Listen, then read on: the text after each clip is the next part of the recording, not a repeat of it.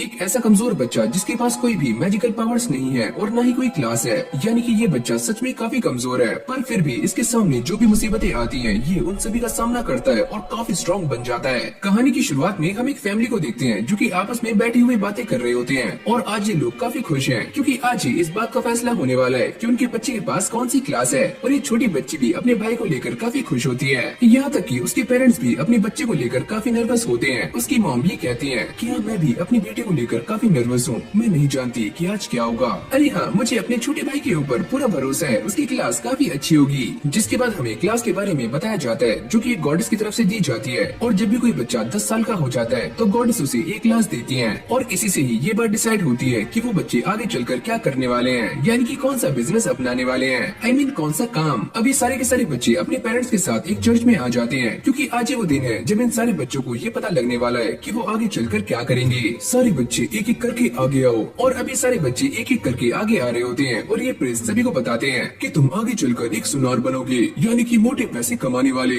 और तुम एक लकड़हारे। ऐसे करते करते अब बारी आती है हमारे मेन प्रोटैगनिस्ट की और सारे लोग इसी को देखकर ही बातें कर रहे होते हैं कि ये तो स्वॉर्ड मास्टर और एक मीच का बेटा है तो उसकी क्लास काफी ज्यादा होगी, यानी कि काफी अपर लेवल की। जैसे वो आगे जाता है तो ये प्रेस्ट उसके सर पर हाथ रखकर ये कहते हैं, ये बात काफी अजीब है कि मैं तुम्हारी क्लास पढ़ नहीं पा रहा हूँ। अरे हाँ, मैं भी ये जानता हूँ क्योंकि मुझे भी कुछ महसूस नहीं हो रहा है। ये सुनते ही सारे लोग काफी शॉक्ड हो जाते हैं क्योंकि इस बच्चे की मॉम और डैड काफी स्ट्रॉन्ग है, तो इस बच्चे की कोई भी क्लास महसूस क्यों नहीं हो रही है। यहीं से हमारा सीन चेंज हो जाता है जहाँ पर ये बच्चा अपने घर पर आ जाता है और वैसे इस बच्चे का नाम है एरल, जो कि अपनी मॉम और डैड के सामने स्वॉर्ड की प्रैक्टिस कर रहा होता है। उसकी मॉम और डैड उसे काफी दिलासा दे रहे होते हैं, तुम्हारे साथ जो कुछ भी हुआ है उसे भूल जाओ, बस घर छोड़कर भागना मत। अरे हाँ, मैं ऐसा नहीं करूँगा, मैं कोई छोटा बच्चा थोड़ी हूँ। अब उसकी बड़ी बहन भी यहाँ पर आ जाती है, अरे भाई चिंता मत करो, मैं हमेशा ही तुम्हारे साथ हूँ। अरे हाँ, मैं जानता हूँ। एरल अपने पास्ट के बारे में बताना शुरू करता है कि जब वो छोटा बच्चा था तभी से वो अपनी मॉम के साथ प्रैक्टिस कर रहा है और उसकी मॉम काफी ज्यादा स्ट्रॉन्ग थी और वो उसे काफी जोर से मारा करती थी, जिससे एरल पता नहीं कहाँ उड़कर चला जाता था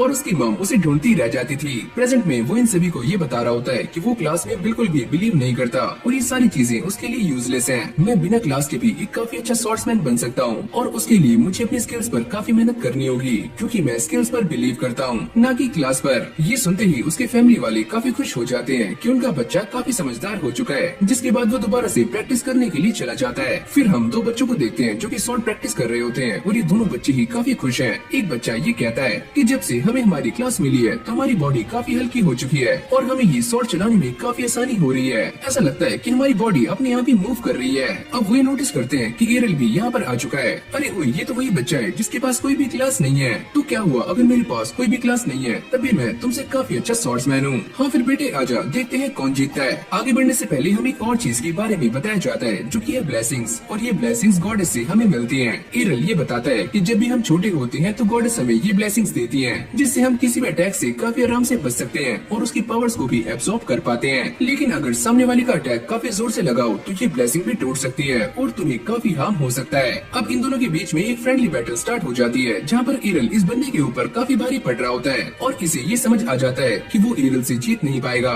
तभी वो चिल्लाता है और उसका दूसरा दोस्त भी मैदान में कूद जाता है, पर एरल काफी आराम से इन दोनों को सबक सिखा देता है, यानी कि इन दोनों को ही हरा देता है। ओए, तुमने हमारे साथ चीटिंग की है, जब हमारा ध्यान यहाँ पर नहीं था तो तुमने हमारे ऊपर अटैक किया। तुम दोनों ही ये फालतू की बकवास करना बंद करो। अगर तुम दोनों हार चुके हो तो इसे एक्सेप्ट क्यों नहीं कर लेते। जैसे ही ये दोनों बच्चे पीछे मुड़कर देखते हैं तो यहाँ पर एक और बच्चा खड़ा हुआ होता है, जिसको देखकर ये दोनों बच्चे ही काफी शॉक्ड हो जाते हैं। एक बच्चा ये कहता है, अरे यार ये तो वही है। अब ये लड़का आगे आ जाता है और एरल से ये कहता है, तुम सच में काफी स्ट्रॉन्ग हो, क्या तुम मेरे साथ एक डुएल करने के लिए तैयार हो। एरल भी इस चीज के लिए मान जाता है क्योंकि वो भी पीछे हटने वालों में से नहीं है। एरल उससे ये कहता है कि मैं तुम्हारे डैड के बारे में जानता हूँ, वो हमेशा ही मेरी मॉम से हेल्प मांगने के लिए आते हैं। और ये सुनते ही इस बच्चे को काफी गुस्सा आ जाता है। मैं ये बात जानता हूँ कि मेरे डैड काफी स्ट्रॉन्ग है, पर उन्हें वो दर्जा नहीं मिला जो कि तुम्हारी माँ को मिला है और मुझे इस बात से काफी चिढ़ है। ये सारी ही तुम्हारी माँ की गलती है। अबे वही मेरी माँ को रिस्पेक्ट इसीलिए मिलती है क्योंकि वो काफी स्ट्रॉन्ग है, तो तुम्हें इससे क्या दिक्कत है। मुझे ये सारी बकवास नहीं सुननी, मैं बस तुमसे लड़ने के लिए रेडी हूँ। अगर तुम स्वॉर्ड प्रिंसेस के लड़के हो तो तुम्हारे अंदर काफी टैलेंट होगा, तो आ जाओ मैदान में। तो चलो फिर मैं भी अपनी माँ के लिए फाइट करूंगा। अब अगली सीन में इन दोनों के बीच में एक डुएल स्टार्ट हो जाता है जहाँ पर एरल इस बच्चे को काफी अच्छी टक्कर दे रहा होता है। ये बच्चा भी उसे देखकर शॉक्ड हो जाता है कि सच में ये तो काफी स्ट्रॉन्ग है और इसकी स्किल्स भी काफी कमाल की हैं। एरल भी इस बात को जानता है कि ये सामने वाला ओपोनेंट इतना भी कमजोर नहीं है, पर मेरे पास काफी सारी ओपनिंग्स हैं, तो मैं इसे काफी आराम से हरा सकता हूँ। जैसे ही एरल उसके ऊपर अटैक अटैक करता है तो वो इस अटैक को काफी आराम से डॉज करके एरल के ऊपर एक जोरदार अटैक करता है, जिससे वो पीछे जाकर गिरता है। तुमने ऐसा कैसे किया? एक साथ 2 अटैक्स। अब वो चलते हुए इसके पास आता है और अपनी स्वॉर्ड को इसके सामने रखकर ये कहता है कि तुम इस फाइट को हार चुके हो और मैंने एक साथ 2 स्लैश किए। और एरल इस बात को लेकर काफी परेशान होता है कि ये इंसान एक साथ 2 स्लैशेस कैसे कर सकता है। यहीं से हमारा सीन चेंज हो जाता है, जहाँ पर उसकी बहन उसे उठाने का काफी ट्राई कर रही होती है, पर वो अपनी बहन को देखकर दोबारा से सो जाता है। मेरे पास तुम्हें उठाने का एक और तरीका है, तो चलो मैं तुम्हें किस करती हूँ। अभी भी साइड हो जाए, ये क्या कर रही है साथी फेल। ये दोनों ऐसे ही मस्ती कर रहे होते हैं और फिर हमें इसकी मॉम को दिखाया जाता है, जिन्होंने इन दोनों के लिए खाना लगा दिया है। तो चलो खाना रेडी है। नाश्ता करते हुए उसकी बहन एरल से कहती है कि आज तुम फिर से ट्रेनिंग करने के लिए जाने वाले हो। अरे हाँ मैं जा रहा हूँ। अरे वाह सच में तुम कमाल की हो, तुम्हारे पास कोई भी क्लास नहीं है, उसके बावजूद भी तुम काफी स्ट्रॉन्ग हो और काफी डेडिकेटेड भी। जैसे ही इसकी बकवास दोबारा से स्टार्ट होती है तो एरल यहाँ से निकल जाता है। उसके जाते ही उसकी बहन काफी उदास हो जाती है, तो उसकी मॉम उसे लेकर एक अलग सी जगह पर आ जाती है, जहाँ पर काफी सारी टूटी हुई स्वॉर्ड्स पड़ी हुई होती हैं। उसकी मॉम ये बताती है कि एरल रोज प्रैक्टिस करता है और एक स्वॉर्ड यहाँ पर लाकर रखता है और इन स्वॉर्ड्स की हालत काफी खराब है, यानी कि एरल काफी मेहनत कर रहा है। ये सुनते ही उसकी बहन के अंदर भी मोटिवेशन आ जाती है और फिर हम दोबारा से एरल को देखते हैं जो कि जंगल में प्रैक्टिस कर रहा होता है। लेकिन तभी अचानक यहाँ पर हम एक गॉब्लिन को नोटिस कर रहे होते हैं और वो अचानक से ही एरल पर अटैक कर देता है, पर एरल उसके ऊपर डबल स्लैश का इस्तेमाल करता है और एक ही झटके में उसे हरा देता है, जिसके बाद उसे यहाँ पर एक काफी भयानक आवाज सुनाई देती है और वो ये समझ जाता है कि पक्का उसके आसपास कोई ना कोई मॉन्स्टर है जो कि गांव की तरफ जा रहा है और एरल भी वहाँ जाने के लिए निकल जाता है। पर तभी उसे यहाँ पर एक बच्चे की आवाज आती है और वो ये डिसाइड करता है कि पहले वो इस बच्चे की जान बचाएगा। वहाँ जाते ही एरल ये देखता है कि उसके सामने वही बच्चा है जिसके साथ उसने डुएल किया था और इस मॉन्स्टर ने उसकी काफी गंदी बैंड बचाई हुई है और ये उसे मारने ही वाला है। एरल ये सोचता है कि मुझे बस एक परफेक्ट टाइमिंग का इंतजार करना है ताकि मैं इसे जान से मार पाऊँ। जैसे ही मॉन्स्टर इस बच्चे पर अटैक करता है तो एरल पीछे से उसके ऊपर अटैक कर देता है और उसे एक ही झटके में खत्म कर देता है। आखिरकार तुमने ये कैसे किया? और ये बोलते ही वो बच्चा बेहोश हो जाता है। एरल उसे होली वाटर ऑफर करता है, जिसे पीने के बाद वो दोबारा से सही हो जाता है और एरल के ऊपर काफी गुस्सा कर रहा होता है क्योंकि उसने इस मॉन्स्टर को मारने के लिए डबल स्लाइस टेक्निक का इस्तेमाल किया। और वो ये पूछता है कि तुमने इतनी जल्दी ये टेक्निक कहाँ से सीखी? वो बस मैंने तुम्हें इसे यूज करते हुए देखा और थोड़ी बहुत प्रैक्टिस की, जिसके बाद मुझे ये टेक्निक काफी आराम से आ गई। ये सुनते ही वो भी काफी शॉक्ड हो जाता है। तो चलो फिर मैं तुम्हें दोबारा से हराने के लिए एकदम तैयार हूँ। तुम्हें क्या लगता है कि मैं तुमसे पहले एक बार हार चुका हूँ तो दोबारा से हार जाऊंगा? मुझे हारना बिल्कुल भी पसंद नहीं है और मैं इसके लिए अब बिल्कुल तैयार हूँ। फिर से इन दोनों के बीच में बैटल स्टार्ट हो जाती है, जहाँ पर एरल ट्रिपल स्लैश का इस्तेमाल करता है। ये बंदा उसे देखकर काफी शॉक्ड हो जाता है कि तुम ट्रिपल स्लैश का इस्तेमाल कैसे कर सकते हो और तुमने ये कहाँ से सीखा? मैं तुम्हें इसके बारे में पहले ही बता चुका हूँ कि इसे मैंने इन्वेंट किया है, पर ऐसा पॉसिबल नहीं है। और एरल इसे हराने के बाद यहाँ से निकल जाता है। घर आने के बाद ये सारे एक साथ बैठकर खाना खा रहे होते हैं और उसी बंदे के बारे में बातें कर रहे होते हैं जिसे एरल ने कुछ टाइम पहले हराया है। ये सारी बातें करते हैं कि वो लड़का ब्रिज किया जा रहा है, जहाँ पर एक स्वॉर्ड्समैन के लिए काफी कुछ है। अब एरल की मॉम ये बताती है कि मैंने भी वहाँ पर काफी लंबे टाइम तक काम किया है, वो जगह एक स्वॉर्ड्समैन के लिए काफी अच्छी है। ये सारी बातें जानने के बाद एरल भी वहाँ जाने के लिए एक्साइटेड हो जाता है। अब अगली सीन में हम एक कार्ट को देखते हैं जिसके अंदर काफी सारे बंदे बैठकर कहीं पर जा रहे होते हैं और जो बंदा इस कार्ट को चला रहा होता है वो ये कहता है कि तुम सारे ध्यान दो, हम काफी जल्दी ब्रिस्किया पहुँचने वाले हैं। यानी कि ये सारे लोग ब्रिस्किया जा रहे हैं। अभी सारे ऐसे ही बातें कर रहे होते हैं। ये लड़की एक बंदे से पूछती है कि तुम वहाँ पर क्यों जा रहे हो? वो ये बताता है कि मैं एक स्वॉर्ड्समैन हूँ और मैं वहाँ पर इसलिए जा रहा हूँ क्योंकि उसे सिटी ऑफ स्वॉर्ड्स कहा जाता है, तो मेरा वहाँ पर जाना बनता है। ये लड़की कहती है कि वो भी एक डुअल स्वॉर्ड्समैन है और काफी अच्छी तलवारबाजी जानती है। ये सुनते ही वो आदमी भी अपनी तारीफों की पुल बांधने शुरू कर देता है। ये लड़की उससे कहती है कि चलो एक काम करते हैं, हम दोनों टीम अप कर लेते हैं। अरे क्या टीम अप, वो भी तुमसे? मैं तुम्हारे साथ टीम अप नहीं कर सकता क्योंकि तुम काफी छोटे छोटे कपड़े पहनती हो। अब ऐसे ही इन दोनों के बीच में बहस स्टार्ट हो जाती है। ये बंदा कहता है तुम्हारी बातों से ऐसा लग रहा है कि तुम दोनों ही काफी स्ट्रॉन्ग हो, क्या तुम पहले इन्हें खत्म कर सकते हो? और जैसे ही वो सामने देखते हैं तो यहाँ पर काफी सारे ओगर्स खड़े हुए होते हैं जो काफी झुंड में है और इसी कार्ट में एक लेडी होती है जो इस स्वॉर्ड्समैन से कहती है कि तुम तो एक स्वॉर्ड्समैन हो, प्लीज हमारी जान बचाओ। अभी हट यहाँ से, मैं तो यहाँ से जा रहा हूँ। जिसके बाद ये डुअल स्वॉर्ड्समैन भी यहाँ से भाग जाती है और अगली पल हम ये देखते हैं कि इस कार्ट में एक और बंदा होता है जो कि जाते ही इन सारे के सारे ओगर्स को मारना शुरू कर देता है। ये बंदा और ये लेडी इस बात को देखकर काफी शॉक्ड हो जाते हैं कि ये छोटा सा बच्चा काफी तेजी से मूव कर रहा है, यहाँ तक कि उनकी आंखें भी इस बच्चे को फॉलो नहीं कर पा रही हैं। सच में ये बच्चा एक काफी अच्छी स्किल का इस्तेमाल कर रहा है। अब अगली पल हम ये देखते हैं कि ये सारे के सारे ओगर्स इस बच्चे को चारों तरफ से घेर लेते हैं और ऐसे में इस स्किल का इस्तेमाल करना थोड़ा सा दिक्कत भरा हो सकता है। जिसके बाद ये बच्चा सारे के सारे ओगर्स को काफी आराम से मारना शुरू कर देता है। ये बंदा भी उसे देखकर काफी शॉक्ड होता है कि सच में ये काफी स्ट्रॉन्ग है। जिसके बाद वो इन सारे के सारे ओगर्स का काम 25 कर देता है। ये बंदा उससे कहता है अरे वाह वाह बच्चे, तुम तो सच में काफी स्ट्रॉन्ग हो, और तुम ब्रिस्किया जाना क्यों चाहते हो? मैं वहाँ पर इसीलिए जाना चाहता हूँ ताकि मैं और भी ज्यादा स्ट्रॉन्ग बन पाऊँ। ये सुनते ही सारे बंदे शॉक्ड हो जाते हैं क्योंकि ये बच्चा ऑलरेडी ही काफी स्ट्रॉन्ग है और ये कोई और नहीं बल्कि एरल है। फिर हमें 5 साल पहले का सीन दिखाया जाता है जहाँ पर एरल अपनी मॉम के सामने स्वॉर्ड प्रैक्टिस कर रहा होता है और वो ये देखकर काफी हैरान हो रही होती है कि ये छोटा सा बच्चा डुअल स्लैश का इस्तेमाल कर सकता है और फिर भी इसके पास कोई भी स्किल नहीं है। ये सोचकर वो काफी ज्यादा इमोशनल हो जाती है। एरल अपनी मॉम से ये कहता है कि वो उनसे सारी की सारी स्वॉर्ड स्किल्स सीखना चाहता है, इससे पहले वो ब्रिस्किया जाए, और ये सुनकर वो काफी ज्यादा खुश हो जाती है। क्या सच में? और उसे सिखाने के लिए मान जाती है। यानी कि एरल प्रेजेंट में जिन स्किल्स का इस्तेमाल कर रहा है वो उसे उसकी मॉम ने सिखाई है। जिसके बाद ये ब्रिस्किया पहुंच जाते हैं, यानी कि द सिटी ऑफ स्वॉर्ड्स। यहाँ पर काफी सारे स्वॉर्ड्समैन होते हैं और एरल उन सभी को देखकर काफी हैरान हो रहा होता है। यहाँ तक कि वो इस बंदे के बारे में भी पता लगा लेता है कि ये बंदा भी एक स्वॉर्ड्समैन है और वो ये कहता है कि शायद मैं पकड़ा गया। ऐसे ही इन दोनों की बातें चलती रहती हैं, जिसके बाद ये बंदा यहाँ से चला जाता है। अब अगली सीन में हम ये देखते हैं कि यहाँ पर काफी सारे गिल्ड्स हैं जो कि सभी को अपनी तरफ बुला रहे हैं ताकि वो उनके गिल्ड में शामिल हो पाएं। पर एरल नाक की सीध में एकदम सीधा जा रहा होता है, पर जैसी एक लड़की उससे आकर टकराने वाली होती है तो एरल उससे बच जाता है। वो लड़की उससे ये पूछती है कि तुम यहाँ पर क्या कर रहे हो? मैंने तुम्हें यहाँ पर पहली बार देखा है। अरे हाँ, मैं यहाँ पर पहली बार आया हूँ और मैं किसी गिल्ड को ढूंढ रहा हूँ। ये सुनते ही वो लड़की काफी खुश हो जाती है और एरल को अपने गिल्ड में शामिल करने के लिए अलग अलग तरह के पैतरे आजमा रही होती है। पर एरल उसे साफ मना कर देता है कि मैं किसी ऐसे गिल्ड को ज्वाइन नहीं कर सकता जो काफी कमजोर हो। वैसे अगर तुम हमारे गिल्ड को ज्वाइन करते हो तो तुम मेरे साथ डेट पर भी जा सकते हो, चल भी इस साइड हो। और ये सुनते ही वो काफी शॉक्ड हो जाती है और उसे 440 वाट का झटका लगता है। एरल यहाँ से निकलने का ट्राई कर रहा होता है पर ये लड़की उसका पीछा नहीं छोड़ती। अब एरल उससे ये पूछता है, क्या तुम मुझे ये बता सकती हो कि यहाँ पर सबसे स्ट्रॉन्ग गिल्ड कौन सा है? मेरे ख्याल से उसका नाम है ब्लैक स्वॉर्ड, जिसके अंदर काफी खतरनाक मेंबर्स हैं। ये सुनते ही एरल उस गिल्ड को ज्वाइन करने के लिए यहाँ पर आ जाता है। वो ये देखता है कि यहाँ पर काफी लंबी लाइन लगी हुई है, यानी कि ये सारे के सारे बंदे उसी गिल्ड को ज्वाइन करने के लिए यहाँ पर आए हुए हैं। अब एरल की बारी आ जाती है। ये बंदा उससे पूछता है, बताओ बच्चे, तुम्हारी क्लास कौन सी है? मेरे पास कोई भी क्लास नहीं है, तो तुम इस गिल्ड को ज्वाइन नहीं कर सकते। यहाँ पर बस वही स्वॉर्ड्समैन आते हैं जो काफी स्ट्रॉन्ग होते हैं, तो तुम यहाँ से जा सकते हो। ऐसे वो अलग अलग गिल्ड्स में जाता है पर सारे के सारे गिल्ड्स उसे लेने से मना कर देते हैं क्योंकि उसके पास कोई भी स्किल नहीं है। वो बैठे हुए ये सोचता है कि लगता है मुझे अपनी मॉम के ही लेटर का इस्तेमाल करना होगा। पर तभी वो लड़की दोबारा से यहाँ पर आ जाती है और एरल से ये कहती है कि अब तुम हमारे गिल्ड में शामिल होने के लिए तैयार हो? अरे यार, तुम तो पीछे ही पड़ गई, एक नंबर की चिपकू हो। वो उसे मनाने का काफी ट्राई कर रही होती है कि एरल किसी भी तरीके से उसकी गिल्ड में शामिल हो जाए, यहाँ तक कि वो उसके सामने सर को भी झुका लेती है। पर एरल यहाँ से गायब हो जाता है। वो फाइनली इस गिल्ड को ढूंढते ढूंढते यहाँ तक पहुँच जाता है। वो लड़की दोबारा से उसके सामने आ जाती है और उसे ये बताती है कि ये वही गिल्ड है जिसके बारे में वो बातें कर रही थी।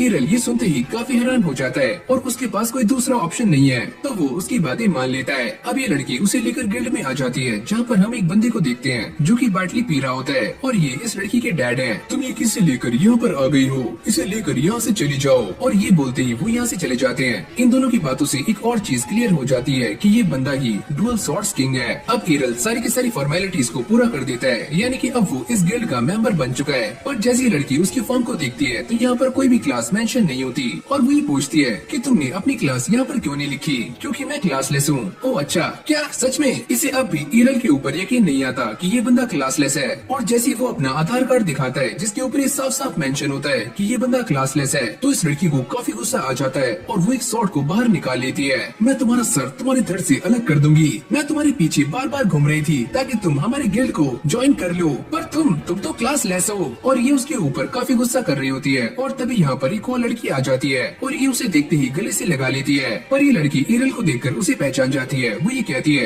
क्या ये तुम हो? अरे कौन तुम? ये लड़की उसे बताती है कि 5 साल पहले वो और एरल एक साथ प्रैक्टिस किया करते थे। और एरल ये सुनने के बाद थोड़ा सा हैरान हो जाता है। क्या 5 साल पहले? वैसे 5 साल पहले मैंने एक लड़की के साथ ट्रेनिंग की थी जिसके बालों का कलर कुछ ऐसा ही था, पर तुम तो एक लड़की हो। अरे हाँ, मैं एक लड़की हूँ और मैंने अपने बालों को थोड़ा सा बढ़ा लिया है। अरे हाँ, देखकर लगता तो है कि बालों के साथ काफी कुछ बढ़ चुका है। ये सुनते ही वो थोड़ा सा ब्लश करती है और एरल को दोबारा से डुअल के लिए चैलेंज कर देती है। अब ये दोनों एक दूसरे के आमने सामने खड़े होते हैं और इन दोनों के बीच में फाइट स्टार्ट हो जाती है। और जैसे ये लड़की एरल पर दोबारा से डुअल स्लैश करती है तो एरल को ऐसा लगता है कि ये वही पुराना अटैक है जिसे वो काफी आराम से रोक सकता है। और जैसे ही वो इसे डॉज करता है तो इसके अंदर से 2 एक्स्ट्रा स्लैश बाहर निकलते हैं और एरल को लग जाते हैं। सच में ये कुछ नया था। वो एरल को अपनी स्वॉर्ड दिखाती है जो सच में काफी हैवी है। वो ये बताती बताती है कि वो इसी शॉट से प्रैक्टिस करती है और तुम इस शॉट को उठा नहीं पाओगे। एरल उसकी सारी बातों को काफी गौर से सुनता है। ओ अच्छा, तो ये बात है, तो तुमने मुझे अपनी ताकत दिखा दी है, अब मेरी बारी है। ये सुनते ही वो दोबारा से एरल पर अटैक करती है, पर वो उसके सामने से गायब हो जाता है और अचानक से उसके पीछे आकर उसके ऊपर अटैक कर देता है। ये देखकर वो काफी हैरान हो जाती है कि तुमने ये कैसे किया। एरल उसे बताता है कि वो एक आफ्टर इमेज का इस्तेमाल कर रहा था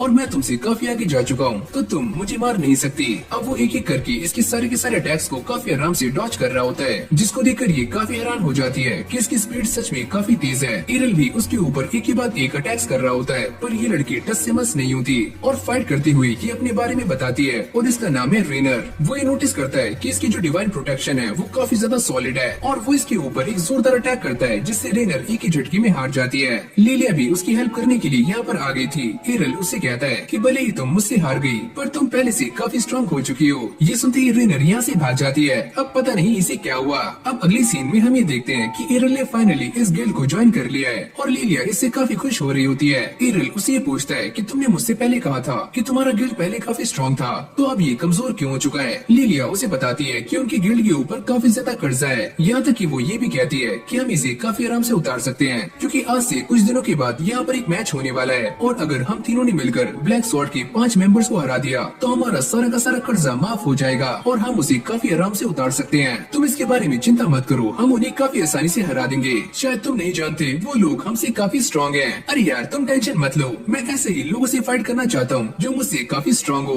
ताकि मैं और भी ज्यादा स्ट्रांग बन पाऊँ। ये पियक्कड़ अंकल भी चुपके से इनकी सारी बातें सुन रहे होते हैं और यहाँ से कल्टी मार लेते हैं। अब एरल इस बात को सोचकर काफी खुश हो रहा होता है कि आखिरकार वो उसी गिल्ड में है जिसमें पहले उसकी माँ थी। इस तरफ लिलिया और रेनर बातें कर रहे होते हैं, तभी एरल यहाँ पर आ जाता है और वो इन दोनों को गुड मॉर्निंग विश करता है और साथ में ये बताता है कि कल रात उसे काफी अच्छी सी नींद आई थी और वो एक बच्चे की तरह सो गया। लिलिया उन सभी को ये बताती है कि उनकी गिल्ड में 3 मेंबर्स हो चुके हैं, यानी कि वो आगे आने वाले कंपटीशन में पार्टिसिपेट कर सकते हैं और इसके लिए वो काफी खुश होती है। एरल उससे पूछता है कि इसमें पार्टिसिपेट करके हम इतने पैसे कमा सकते हैं कि हमारी सारी जरूरतें पूरी हो जाएं। अरे हाँ, इसमें हमें काफी सारे पैसे मिलने वाले हैं, जिससे हमारा सारा का सारा कर्जा माफ हो जाएगा, यानी कि एकदम मिल बट्टा सन्नाटा। रेनर को इस बात की चिंता हो रही होती है कहीं उनका सामना ई रैंक के एडवेंचरर्स से न हो जाए, पर लिलिया उसे समझाती है कि वहाँ पर ई रैंक के एडवेंचरर्स काफी कम हैं और ज्यादातर बी रैंक के हैं और हमारे पास भी 2 बी रैंक के एडवेंचरर्स हैं, तो हम उनका सामना काफी आराम से कर सकते हैं। ये सारी बातें बोलने के बाद वो यहाँ से चली जाती है। अभी दोनों आपस में बातें कर रहे होते हैं और एरल उससे कहता है कि तुम्हारी डिवाइन प्रोटेक्शन काफी ज्यादा है और मुझे भी काफी स्ट्रॉन्ग बनना है ताकि मेरी भी डिवाइन प्रोटेक्शन काफी स्ट्रॉन्ग हो जाए। क्या तुम मेरी हेल्प कर सकती हो? पर रेनर इस चीज के लिए मना कर रही होती है क्योंकि डिवाइन प्रोटेक्शन गॉडेस की तरफ से दी जाती है और तुम उसे खुद ही बिल्ड नहीं कर पाओगे।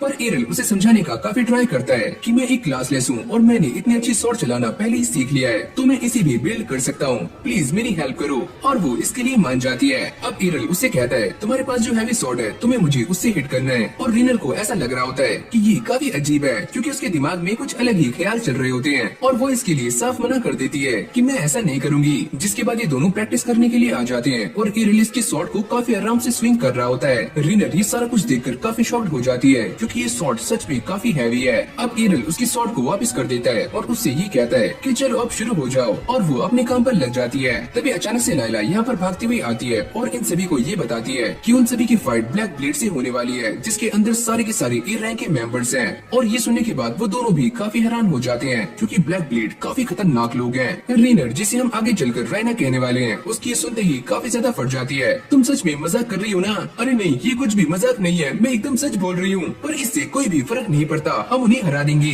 पीछे हम एरल को देखते हैं जिसकी हालत काफी गंदी हो चुकी है और लिलिया को ऐसा लगता है कि रायना उसकी काफी गंदी बैंड बजा रही है। अब यहीं से हमारी कहानी शिफ्ट हो जाती है जहाँ पर हमें उसी दिन का सीन दिखाया जाता है जहाँ पर ये टूर्नामेंट होने वाला है। यहाँ पर काफी सारे स्वॉर्ड्समैन इकट्ठे हो चुके हैं और ये सारी बातें कर रहे होते हैं कि आज का ये मैच पुराने गिल्ड और आज के न्यू गिल्ड के बीच में होने वाला है, यानी कि ड्रैगन फैंग और आज के ब्लैक ब्लेड के बीच में। इसी बीच हम 2 छपरियों को देखते हैं जो कि यहाँ पर बैट लगा रहे होते हैं। तुम्हें क्या लगता है कि आज कौन जीतेगा? अरे वही ब्लैक ब्लेड, क्योंकि वही सबसे स्ट्रॉन्ग है। लिलिया को ये सुनते ही काफी गुस्सा आ जाता है और वो इनके ऊपर गुस्सा करने वाली होती है, पर वो अपना रास्ता चेंज कर लेती है और एरल पर काफी गुस्सा करती है। लगता है ये लड़की पागल हो चुकी है, ये मेरे पीछे क्यों है? लिलिया यहाँ पर बैट लगाने का ट्राई कर रही होती है ताकि वो भी यहाँ से मोटे पैसे कमा सके। और तभी अचानक से यहाँ पर एक बंदा आ जाता है और वो इन सभी को देखकर ये कहता है तुम्हें क्या लगता है कि तुम हमें हरा सकते हो? और ये बंदा कोई और नहीं बल्कि ब्लैक गिल्ड का मास्टर है जिसका नाम है जॉर्ज। जॉर्ज। लीलिया को उसकी बातें सुनते ही काफी गुस्सा आ जाता है और वो उसके ऊपर काफी गुस्से से बातें कर रही होती है। अभी हुई तुम यहाँ से निकल जाओ और हम तुम्हें हराने वाले हैं, तो जाओ यहाँ से।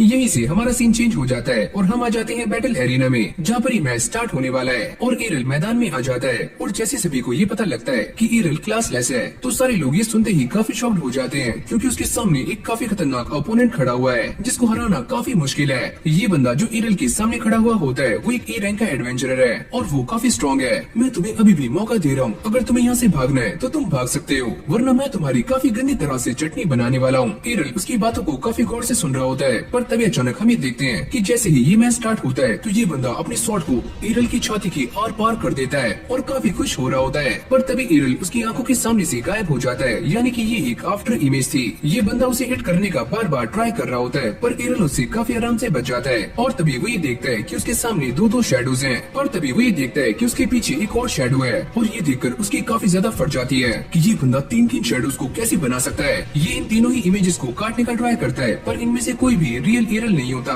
वो अचानक से ही इसके पीछे आ जाता है और एक ही झटके में इसे नॉकआउट कर देता है, और इसे इस बात पर बिलीव नहीं होता कि एरल ने ऐसा कैसे किया, यानी कि उसने 3 शेडोज कैसे बनाई। और तभी ये अनाउंसमेंट होती है कि ड्रैगन फैंग की तरफ से एरल इस मैच को जीत चुका है। और ये सुनते ही सारे लोग काफी शॉक्ड हो जाते हैं, क्योंकि ये बंदा एक क्लासलेस है और इसने इतने खतरनाक ओपोनेंट को काफी आराम से हरा दिया। पर यहाँ पर बैठे हुए किसी भी बंदे को इस बात पर यकीन नहीं आता कि एरल एक क्लासलेस है। और तभी इस मैच को बीच में रोक दिया जाता है और सभी को एरल का कार्ड दिखाया जाता है, जिसके ऊपर ये साफ साफ मेंशन था कि एरल एक क्लासलेस है, और सारे बंदे इसके ऊपर बिलीव कर लेते हैं। जिसके बाद यहाँ पर ए रैंक के अलग अलग बंदे आते हैं और एरल उन सभी को काफी आराम से मार रहा होता है। ये दोनों भी उसे देखकर काफी हैरान हो जाती हैं कि एरल सच में काफी स्ट्रॉन्ग है और उसके सामने शायद से ही कोई टिक पाएगा। लीलिया इस बात से काफी खुश है कि एरल ने ब्लैक ब्लेड के 3 बंदों को हरा दिया है और अब बस 2 और बंदे बाकी हैं, और वही कहती है कि बस 2 और।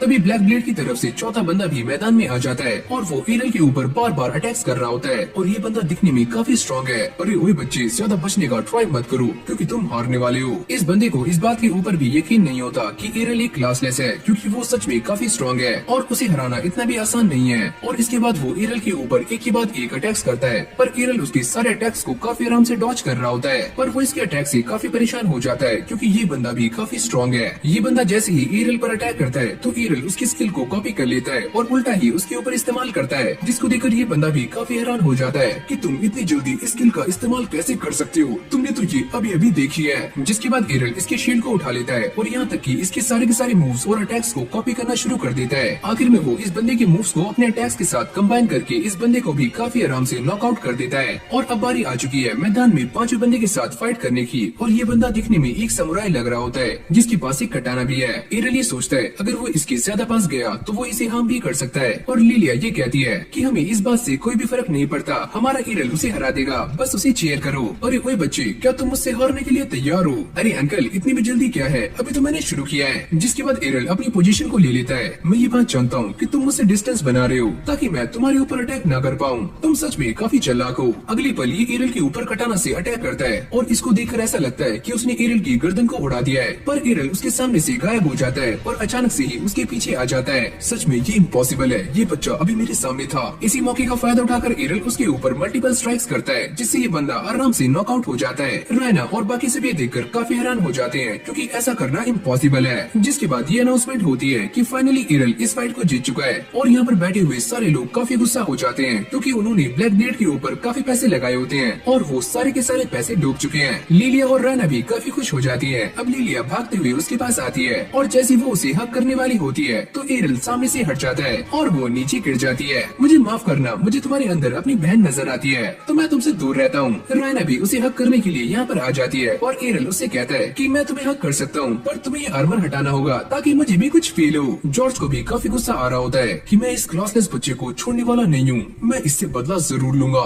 जिसके बाद ये सारे एक साथ बैठकर पार्टी कर रहे होते हैं, क्योंकि इन्होंने अभी अभी एक मैच को जीता है। और यहाँ पर लीलिया सच में ड्रिंक कर रही होती है। एरल उससे पूछता है क्या तुम इतनी बड़ी हो चुकी हो कि तुम ड्रिंक कर पाओ? अरे हाँ, मैं ये कर सकती हूँ, मैं काफी बड़ी हो चुकी हूँ। लेकिन भाई रैना आराम से बैठी हुई जूस पी रही होती है, पर लीलिया बार बार एरल को परेशान कर रही होती है। प्लीज तुम मुझसे शादी कर लो। अरे मैं तुमसे शादी नहीं कर सकता, मैंने तुमसे पहले ही मना कर दिया है। लेकिन अब भी वो उसका पीछा नहीं छोड़ती और उसे बार बार परेशान कर रही होती है। एरल उसे साफ मना कर देता है कि उसे ऐसी लड़कियाँ पसंद नहीं है, उसे तो बस वो लड़कियाँ पसंद आती हैं जो कि रैना की जैसी हो। और वही सुन सुनते ही काफी शॉक्ड हो जाती है। क्या मैं? रैना उससे पूछती है कि मेरे पास ऐसा क्या है कि तुम मुझे पसंद करते हो? तुम्हारे पास ऐसा काफी कुछ है जो कि बाकियों में नहीं है। लिलिया ये सुनते ही थोड़ी सी परेशान हो जाती है। मुझे ऐसा लगता है कि इस लड़की को अपने सामान का सही से इस्तेमाल करना नहीं आता। तभी लिलिया की दिमाग की बत्ती जल जाती है और वो ईरल के काफी पास आकर उसे मसाज देने का ट्राई करती है, जिसको देखकर रैना काफी गुस्सा हो जाती है। तुम ये क्या कर रही हो? मैं इसे कुछ भी करूँ तुम्हें उससे क्या मतलब? वैसे मुझे तुमसे मसाज नहीं चाहिए, इससे अच्छा तो ये होगा कि मैं रैना से मसाज ले लूं। अब अगली सीन में रैना उसे काफी बुरे तरीके से मार रही होती है और उसकी हालत काफी खराब कर देती है, जिसके बाद लिलिया अपने डैड को लेकर यहाँ पर आ जाती है और वो ये कहते हैं कि मुझे ये बात पहले से ही पता थी कि तुम हार जाओगी। पर लिलिया उन्हें बताती है कि वो सारे जीत चुके हैं, वो भी ब्लैक ब्लेड से, और वो ये सुनकर काफी हैरान हो जाते हैं। मुझे इस बात पर बिलीव नहीं हो रहा है कि तुमने ब्लैक ब्लेड्स को हरा दिया, शायद उन्होंने तुम्हारे सामने बच्चे भेजे होंगे। लिलिया उनसे कहती है कि वो सारे के सारे लोग एक ग्रेड के थे, जिसके बाद वो नीचे ईरल के पास आ जाते हैं। लिलिया उन्हें बताती है कि वो सारे काफी जल्दी अपने गिल्ड को वापस ले सकते हैं क्योंकि ईरल उनके साथ है। पर वो ये कहते हैं कि तुम कुछ ज्यादा ही सोच रहे हो, ईरल को काफी जल्दी बड़े बड़े गिल्ड से ऑफर आने वाले हैं और मुझे जहाँ तक लगता है ये उनके साथ चला जाएगा। वैसे मैं आपकी तरह नहीं हूँ जो कि अपने गिल्ड को छोड़कर यहाँ से चला जाएगा, और वैसे भी आपको इस बात से कोई भी फर्क नहीं पड़ता कि आपके गिल्ड के साथ क्या हो रहा है, जिससे वो काफी गुस्से में आ जाते हैं और ईरल को पकड़ लेते हैं। आखिरकार तुम मेरे बारे में जानते ही क्या हो? तुम ये सारा कुछ नहीं जानते कि मैंने क्या क्या सहा है। मैं बस आपसे यही चाहता हूँ कि आप मुझे वो सारा कुछ बताएं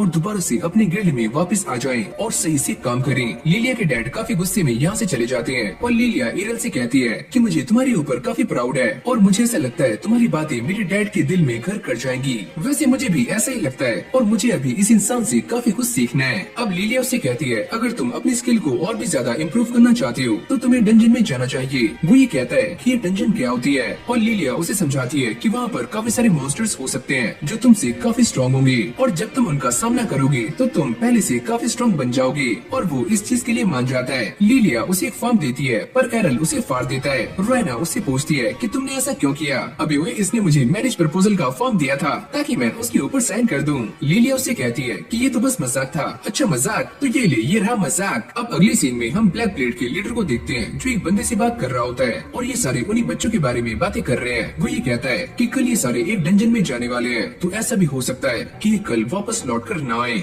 अब अगली सुबह जैसे ही उसकी आंखें खुलती हैं, वो ये देखता है कि लिलिया उसके सामने बैठी हुई है और वो ये कहती है कि मैं बस यहाँ पर तुम्हें उठाने के लिए आई थी, और ईरल उसे बांधकर यहाँ से निकल जाता है। जिसके बाद ये सारे एडवेंचरर गिल्ड में आ जाते हैं और लिलिया उसे सारा कुछ एक्सप्लेन कर रही होती है कि यहाँ पर सभी के रैंक डिसाइड किए जाते हैं और उसी के हिसाब से उसे डंजन में टेलीपोर्ट किया जाता है। वो ये भी कहती है कि वो और रैना दोनों ही अलग अलग फ्लोर्स पर हैं। ईरल ये कहता है कि मैं भी उसी फ्लोर पर जाना चाहता हूँ जहाँ पर रैना है, पर लिलिया उसे मना कर देती है कि ऐसा नहीं होता और वो उसके साथ चिपक कर जाने के लिए तैयार हो जाती है। पर ईरल उसे कहता है कि रैना भी हमारे साथ जाएगी। जैसे ये सारे डंजन में आते हैं तो उनके सामने दो गार्ड्स आ जाते हैं और ईरल उन्हें मारने का ट्राई करता है, पर ये सारे मरते नहीं है। रैना उसे बताती है कि ये सारे एक रोबोट के जैसे हैं, अगर तुम इन्हें मार भी दोगे तब भी ये चलते रहेंगे। ईरल उससे कहता है तो चलो फिर मैं इनके पैर ही काट देता हूँ। जिसके बाद वो इसके पैरों को काट देता है और वो चल नहीं पाता। लिलिया और रैना ने भी अपना काम काफी अच्छे से कर लिया है। लिलिया काफी थक जाती है। हाँ शू, चलो मैंने इसे मार ही दिया। जब ये सारी बातें कर रहे होते हैं तभी अचानक से यहाँ पर एक बंदा आता है और वो ये कहता है कि प्लीज मेरी जान बचा लो, मैं फंस चुका हूँ। ये सारे उसके पास जाते हैं और उससे ये पता करते हैं कि आखिरकार उसके साथ क्या हुआ है, और वो ये बताता है कि मैं गलती से एक रूम में फंस गया था जहाँ पर एक काफी गंदा ट्रैप था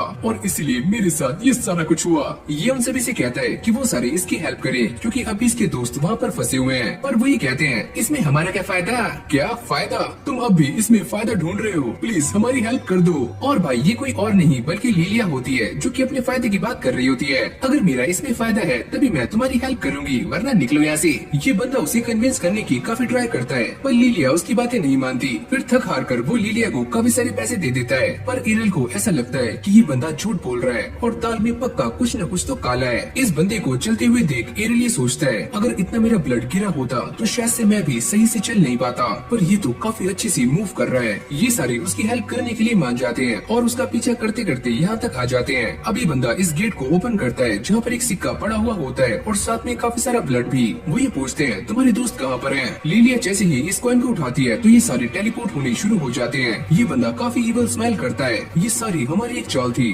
और तुम इसके अंदर फंस चुके हो। पर इस जगह पर एक काफी बड़ी गड़बड़ हो जाती है कि ये बंदा भी उन्हीं के साथ टेलीपोर्ट हो जाता है। जैसे ये सारे टेलीपोर्ट होकर यहाँ पर आते हैं तो वो ये देखकर काफी शॉक्ड हो जाते हैं कि ये जगह उन सभी के लिए काफी न्यू है और लिलिया ने भी आज से पहले ऐसी जगह कभी भी नहीं देखी, न ही रायना ने। लिलिया इस बंदे के ऊपर बरसनी शुरू हो जाती है और वो भी काफी पागलों की तरह बैठा होता है। पर तभी अचानक हम ये देखते हैं कि इन सभी के सामने एक अजीब सी चीज अपीयर हो जाती है और ये काफी हाई लेवल का स्वॉर्ड गॉड है। जैसे ये बंदा स्लैश करता है तो ये सारे नीचे झुक जाते हैं, पर इससे दीवार भी कट जाती है। यानी कि ये स्वॉर्ड गॉड काफी खतरनाक है, जो कि किसी को भी काफी आराम से मार सकता है। एरल उसे देखकर ये सोचता है कि चलो इससे फाइट करने में काफी मजा आने वाला है, और वो उसके साथ भिड़ जाता है और उसे बराबर की टक्कर दे रहा होता है। पर तभी हम ये देखते हैं कि ये स्वॉर्ड गॉड एक ऐसी टेक्निक का इस्तेमाल करता है जिससे यहाँ पर खड़े हुए सारे के सारे लोग जमीन पर बैठ जाते हैं। पर एरल अब भी उसके सामने टस से मस नहीं होता और वो ज्यों का त्यों खड़ा होता है। फिर हमें एरल का एक पास्ट दिखाया जाता है जहाँ पर वो अपनी मॉम के साथ इसी टेक्निक की प्रैक्टिस कर रहा होता है और उसकी मॉम उसे काफी हार्ड ट्रेनिंग दे रही होती है और वो ये बताती है कि ये एक ऐसी स्किल है जिससे तुम अपने ओपोनेंट को फ्रीज कर सकते हो,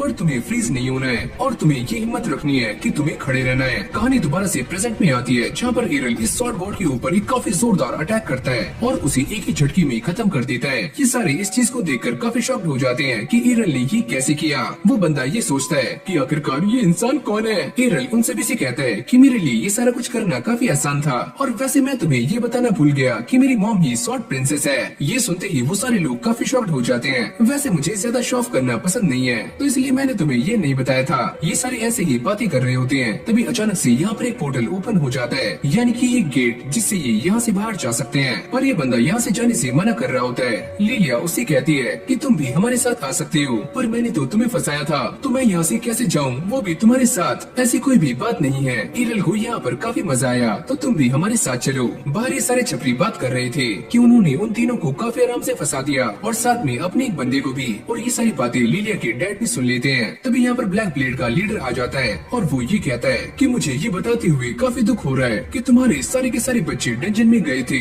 और शायद से वो सारे मारे भी गए। इससे वो काफी गुस्सा हो जाते हैं। तुम ये क्या बकवास कर रहे हो, तुमने मेरा पहले ही एक हाथ ले लिया, क्या तुम अब भी शांत नहीं हो। तभी अचानक से वो सारे बच्चे यहाँ पर आ जाते हैं और काफी खुश होते हैं, जैसे उन्हें काफी मजा आया हो। लिलिया के डैड उसे देखते ही गले से लगा लेते हैं, और जैसे लिलिया ब्लैक ब्लेड के लीडर को यहाँ पर देखती है तो वो ये कहती है कि मैं इस बारे में काफी अच्छे से जानती हूँ कि ये सारा कुछ तुमने ही किया था, तो हम तुम्हें छोड़ने वाली नहीं है। अब ये बंदा काफी गुस्से में अपने रूम में आ जाता है। ऐसा कैसे हो सकता है, वो बच्चा इतना स्ट्रॉन्ग कैसे है कि वो किसी को भी डिफीट कर पा रहा है, आखिरकार वो कौन है। तभी पीछे एक शॉर्ट से आवाज आती है कि तुम जो भी चाहते हो वो मैं तुम्हें दे सकती हूँ, तो आओ मुझे अपनाओ और वो सारा कुछ पालो जो तुम चाहते हो। लिलिया एक फॉर्म को देखकर काफी परेशान हो रही होती है क्योंकि स्वॉर्ड गॉड टूर्नामेंट का फॉर्म आउट हो चुका है और इसके अंदर साफ साफ लिखा हुआ है कि कौन कौन से नाम इसके अंदर पार्टिसिपेट करने वाले हैं, और ये सारे ही नाम काफी बड़े होते हैं जिससे वो काफी परेशान होती है। तभी एरल भी यहाँ पर आ जाता है और रायना उससे कहती है कि मुझे ऐसा लगता है कि ये टूर्नामेंट और भी ज्यादा खतरनाक होने वाला है। लिलिया उससे कहती है कि मुझे ऐसा लगता है कि हमारा स्वॉर्ड गॉड बनने का सपना अधूरा रह जाएगा।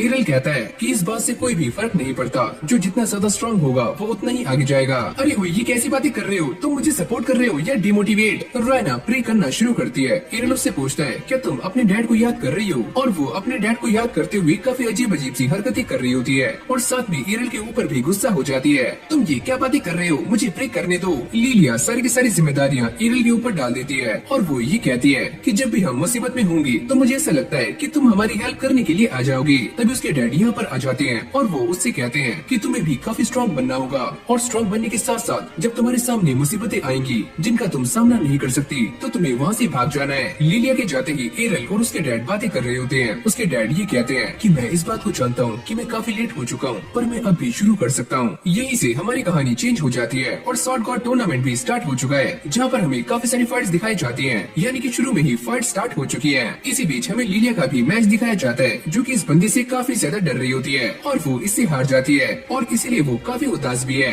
एरल उसके पास आकर उसका मजाक बनाने का ट्राई करता है, पर लिलिया उसके ऊपर ही गुस्सा हो जाती है और वो उसे समझाती है कि अब बस एक ही मैच बाकी है और तुम उसे हराकर फाइनल में जा सकते हो। फिर हम उसके ओपोनेंट को देखते हैं और एरल ये सोचता है कि मैंने उस नाइट को काफी आराम से हरा दिया था, पर मैं इसके बारे में नहीं जानता कि इसके पास कौन सी स्किल है। अगली सीन में ये दोनों एक दूसरे के आमने सामने खड़े होते हैं और ये लड़की एरल से ये कहती है कि मैं ये बात जानती हूँ कि तुम्हारे पास कोई भी स्किल नहीं है, तो अगर तुम हार जाते हो तो बाद में कोई भी बहाना मत बनाना। अभी मैच स्टार्ट हो जाता है, जहाँ पर ये लड़की एरल के ऊपर काफी सारी फायर बॉल से अटैक करती है, पर एरल उसके सारे अटैक्स को काफी आराम से डॉच कर रहा होता है और वो उसके ऊपर अपनी शॉट से भी अटैक करता है, पर ये लड़की उस अटैक को काफी आराम से काउंटर कर लेती है। ये लड़की इस बात को लेकर काफी घमंड में होती है कि एरल उसे कभी भी हरा नहीं सकता, क्योंकि उसके पास कोई भी स्किल नहीं है। एरल ये सोचता है कि इससे लड़ना काफी मुश्किल हो सकता है, चाहे वो क्लोज कॉम्बैट हो या फिर लॉन्ग रेंज। अब ये लड़की काफी गुस्से में आ जाती है और अपने स्वॉर्ड को पूरी तरह से फायर में कन्वर्ट कर देती है और एरल के ऊपर एक के बाद एक ताबड़तोड़ अटैक्स कर रही होती है और इन अटैक्स की इंटेंसिटी काफी ज्यादा थी, तो इसको ऐसा लगता है कि वो एरल से काफी आराम से जीत सकती है। पर कुछ टाइम के बाद हम ये देखते हैं कि एरल एक जगह पर खड़े हुए उसके सारे के सारे अटैक्स को काफी आराम से काउंटर कर रहा होता है और उसके ऊपर एक भी अटैक टच नहीं होता। इससे वो लड़की काफी गुस्से में आ जाती है, तुम मेरी ऐसे बेइज्जती नहीं कर सकते। तभी एरल उसके ऊपर डबल स्लैश करता है और अचानक से उसके पीछे आ जाता है और एक ही झटके में उसे नॉक आउट कर देता है। फिर हमें कुछ टाइम बाद का सीन दिखाया जाता है जहाँ पर लिलिया अपने डैड को उठाने का ट्राई कर रही होती है ताकि वो फाइनल का मैच देखने के लिए जा सके, पर वो जाने से मना कर रहे होते हैं। मुझे तो ऐसा लगता है कि आप जॉर्ज से काफी डर रहे हो। ऐसा कुछ भी नहीं है, मेरा बस मन नहीं है और इसलिए मैं जाना नहीं चाहता। लेकिन वो उन्हें अपने साथ ले जाने के लिए मना लेती है और ये दोनों ही हंसते हुए आगे जा रहे होते हैं। इस तरफ रायना इस टूर्नामेंट को लेकर काफी नर्वस होती है। तभी एरल उसके पास आता है और उसे समझाने का ट्राई करता है, पर वो ये कहती है कि ये वाला टूर्नामेंट इस सिटी का सबसे बड़ा टूर्नामेंट है, तो नर्वस होना जाहिर सी बात है। तभी अचानक से ये अनाउंसमेंट होती है कि अगला मैच स्टार्ट होने वाला है और ये मैच जॉर्ज और एरल के बीच में है। रायना भी उसे जाते हुए ऑल द बेस्ट कहती है, जिसके बाद एरल मैदान में आ जाता है। पर ये सारे लोग जॉर्ज को देखकर काफी शॉक्ड हो जाते हैं क्योंकि वो दिखने में काफी अजीब लग रहा होता है। तभी लिलिया के डैड उसकी स्वॉर्ड को नोटिस करते हैं और वो एरल को पहले ही वार्न कर देते हैं कि ये एक तरह की डीमन स्वॉर्ड है, तो तुम्हें इससे बचकर रहना होगा। अरे वाह, तुम्हारी नजरें तो काफी पार की हैं, तुमने इसे काफी जल्दी पहचान लिया। लिलिया के डैड ये सारी कहानी सुनाते हैं कि पहले इस स्वॉर्ड को डीमंस को मारने के लिए बनाया गया था, लेकिन बाद में ये स्वॉर्ड अपने आप ही डीमन बन गई और इसे जंजीरों से बांध कर रखा गया था। वो स्वॉर्ड ये कहती है, अब मैं आजाद हो चुकी हूँ, तो मुझे उन सभी से बदला लेना है जिसने मेरे साथ ऐसा किया, और जॉर्ज ने मुझे आजाद करने में काफी महत्वपूर्ण भूमिका निभाई है, तो मैं इसके साथ हूँ। जैसे जॉर्ज इन सभी को इस स्वॉर्ड का नाम बताता है तो सारे लोग ये सुनते ही काफी चौंक जाते हैं और यहाँ पर बैठे हुए सारे के सारे लोग यहाँ से भागना शुरू कर देते हैं और पूरे एरिना में भगदड़ मच जाती है। ये देखकर स्वॉर्ड अपनी पावर्स का इस्तेमाल करती है जिससे वो चारों तरफ एक बैरियर को क्रिएट कर देती है और सारे लोग इस बैरियर में ट्रैप हो जाते हैं। इस स्वॉर्ड को सभी को परेशान करने में काफी मजा आ रहा होता है। फिर हम एरल को देखते हैं जो कि अब भी इसके सामने टस से मस नहीं हुआ है, लेकिन फाइट करने से पहले ही ये दोनों आपस में वार्तालाप कर रहे होते हैं। जॉर्ज ये कहता है कि तुम्हें क्या लगता है कि स्वॉर्ड गॉड जैसा कोई होता भी है? ऐसा आजकल कोई भी नहीं है, ये सारी बस अफवाहें हैं और आज के टाइम में ऐसा कोई भी नहीं है जो मुझे डिफीट कर पाए। एरल उसे कहता है कि मैं तुम्हें काफी सारी चीजें क्लियर कर देता हूँ कि स्वॉर्ड गॉड अब भी जिंदा है और वो मेरी मॉम है। वैसे मैं एक स्वॉर्ड गॉड नहीं हूँ, लेकिन फिर भी मैं तुम्हें काफी आराम से खत्म कर सकता हूँ। जिसके बाद इन दोनों के बीच में फाइट स्टार्ट हो जाती है